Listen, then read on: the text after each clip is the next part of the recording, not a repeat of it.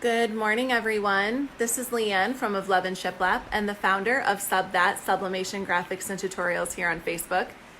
And Jasper, he's chilling out today. If you're joining us on YouTube, be sure to come join our Facebook group. You'll find that link in the video description and at the end of this video. And of course, if you're catching us on Facebook, don't forget to subscribe to our YouTube channel so you can easily find all of our videos after they are live. We are back with White Toner Wednesday, and I am excited to get to all the things that I'm going to show you guys this year. To start off the year, I thought I would go ahead and test out for the first time and also demonstrate the iColor one-step speed trans light media transfer paper. It's a little bit of a mouthful, but one of the reasons why I wanted to start with this particular paper is because it's a very fast transfer process, and it looks like the kind of paper that would be really ideal for anyone who's doing quick runs for sports teams and things of that nature, like youth sports teams. This has a reasonable washability of 30 to 50 washes, which of course is only improved by washing your garment properly and following all the steps that are in the instructions. One of the reasons why I thought this was a great option for something like youth shirts or similar promotional items that are typically being done on a bit of a budget is because it only costs about 65 cents per sheet. It's available in 8.5 by 11 and sold in packs of 100. All of the transfer papers will be on my website before the end of this week. I'm just finishing getting both the Forever paper and the iColor papers listed. But in the meantime, you can always reach out to your favorite white toner paper vendor to purchase this media. The transfer process for this is very quick. The first step is only 10 seconds to apply, and then the refixing step is only 5 seconds. So again, this was another reason why I thought this would be a really good option to show first, because as a one-step paper, it just opens up some possibilities for those of you who are looking for items that can be pushed out really quickly and are maybe being done on a budget. With that being said, I'm going to go ahead and turn you guys over to the computer so I can show you how to set things up in the ProRip software, and we will get started.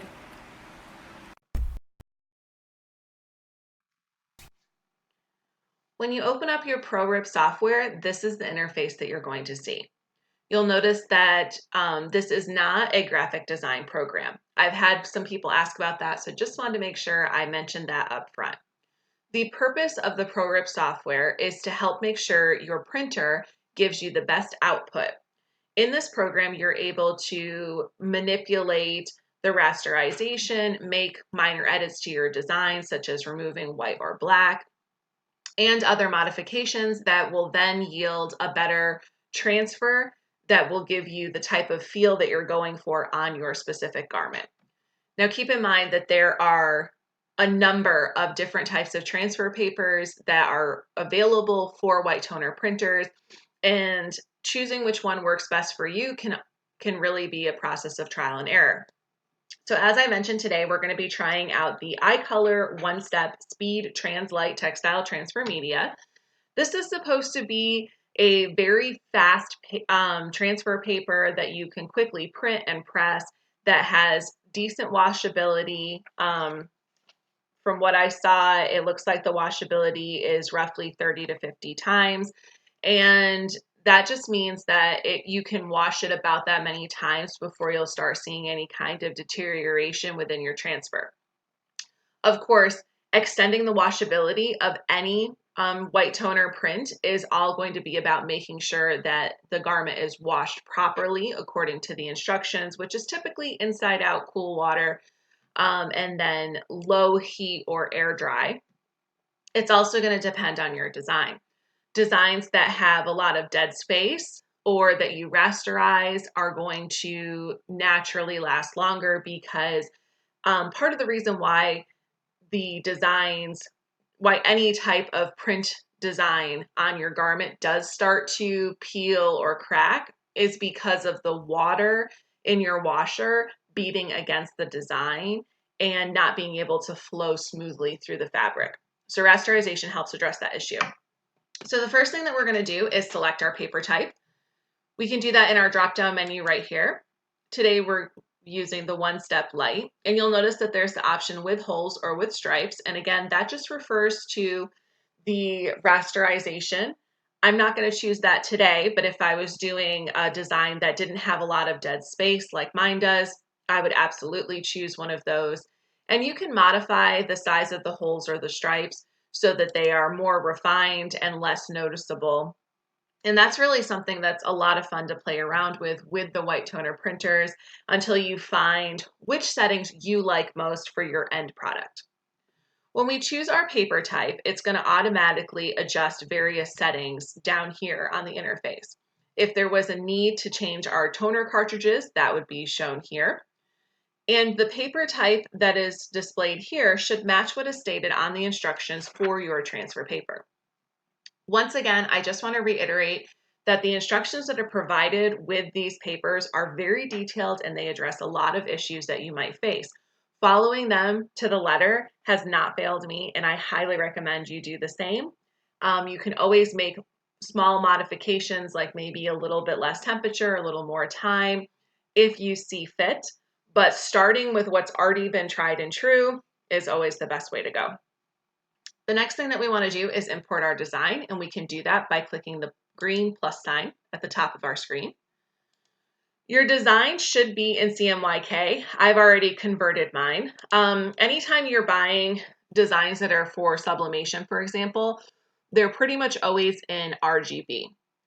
This is because the sublimation printer converts that design to CMYK upon printing. The white toner printer does not do this conversion, so you want to make sure that your design is already in CMYK. If you purchase a design that is in RGB, you'll notice that the colors might be a little off or dull when you print it with the white toner printer. But the way that you change the color profile is just as simple as opening it up in a true design program, Affinity Designer, GIMP, Photoshop, Corel. Opening it up in that program, converting the color profile to the CMYK profile, and then exporting it. Pretty easy to do. At one point, I will do a video showing how to do that in all of the different programs that we cover. That's just not going to be today. Once your design is imported, you'll see it on your little page here. We can go ahead and resize this for our substrate. So I'm going to do this about 7 3/4. Looks pretty good for that.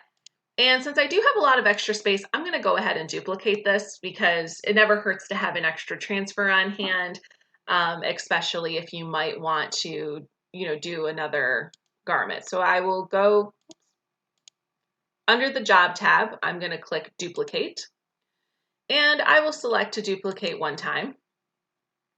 Now I don't believe, yeah, these are a little too big for both of them to fit on the same page, but that's okay. I'm actually just going to make one of them smaller so that they will fit on the same page.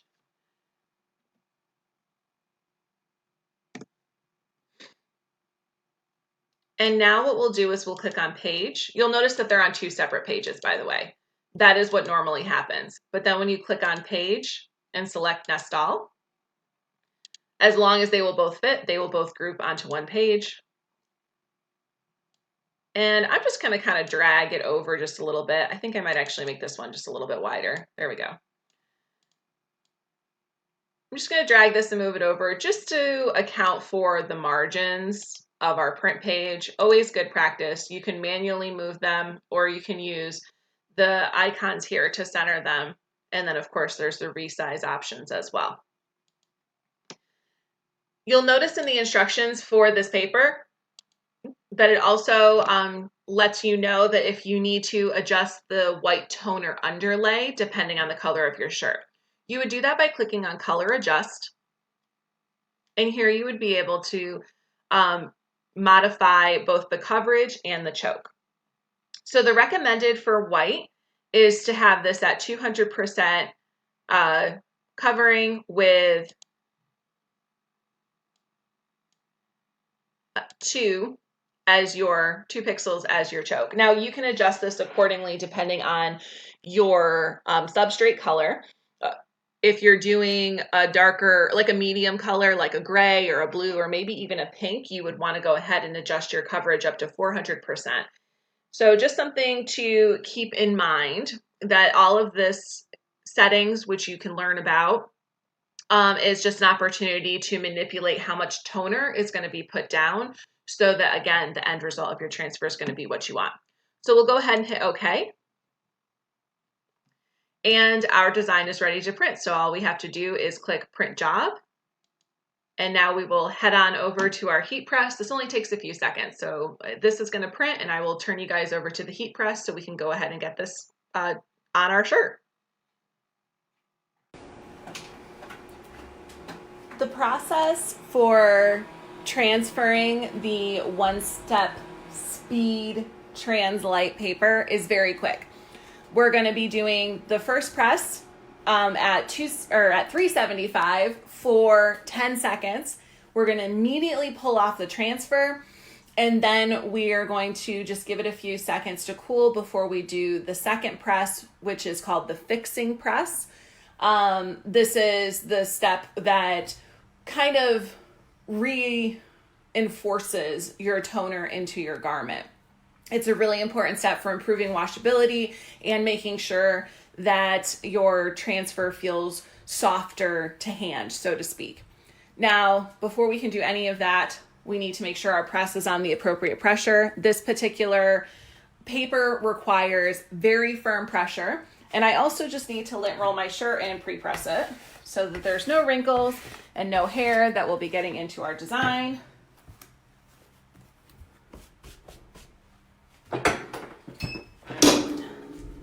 So I'm going to give that a quick little pre-press, and then I'm going to pull it off of the press completely because we want our garment to be completely cold for this step.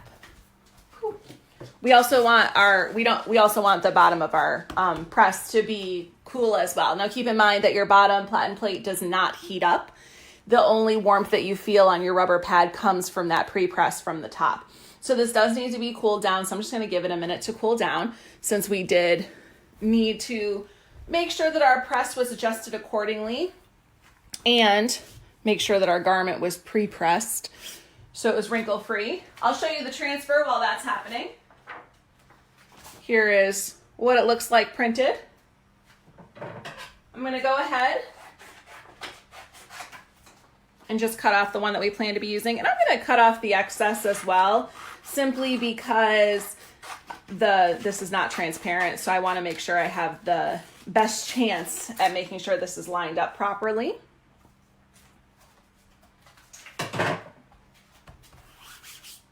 And this is almost cooled down. We'll just give it another minute. So I'm using my 16 by 20 press and release heat press that I received from acesdeals.net. It was right around $300 with shipping for this press. One of the reasons why I always share this stuff with you is because I think it's important to understand that you don't need a $2,500 heat press to get the best results with everything that you're doing. Yes, there are many benefits and features of those heat presses, but for a lot of small business owners, an expense like that is one that, it's just not feasible. So I have been using this heat press for almost a year now. I have had no issues with it, and I'm really happy. It was a very budget-friendly press, and 16 by 20 opens up a lot of options in terms of the size of substrates which I can press. This is almost cooled down, and our garment is pretty much cooled down. So I'll go ahead and get that up there. And we want to work quickly because we don't want the warmth from the heat press to warm up our garment. So we're going to go right ahead, get our transfer centered. We are going to make sure it is straight. And then we're just going to apply a little heat tape just in case. Sorry, there was something on that piece of heat tape. Just in case, so that the transfer doesn't pop up prematurely when we open our press. So we're going to need our Teflon sheet, or you can use the waxed craft paper that is provided. I'm actually going to go ahead and do that.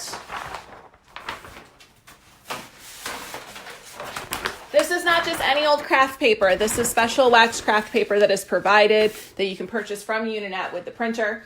Again, $3.75 for 10 seconds with as firm of pressure as you can get. So you saw that took me a little second to get that down. And we're going to be popping this up in just a moment. Ooh. I know it's like fast action over here. All right, so we'll go ahead and peel that off while we're still on the press. All right. And you'll see that we got almost all of our toner off of the paper. And here's what it looks like. Now, as I mentioned before, because it's a little hard to see, but you can see that it rasterized in the edges here because it was already had some transparency to it. So our second step is just 5 seconds. We're gonna go ahead and put that craft paper back on there. You do not want to use Teflon for the second step. You want to use the craft paper that is provided. Again, 5 seconds, heavy pressure. Which is like basically nothing. Woo! We're gonna give this just a second because we don't want to peel off the design. And then we'll just very carefully peel that off. And we're gonna stretch this just a little bit because this helps push that toner into the fibers. And again, these last 2 steps, the 5 seconds pressing and the stretching, all help improve that washability.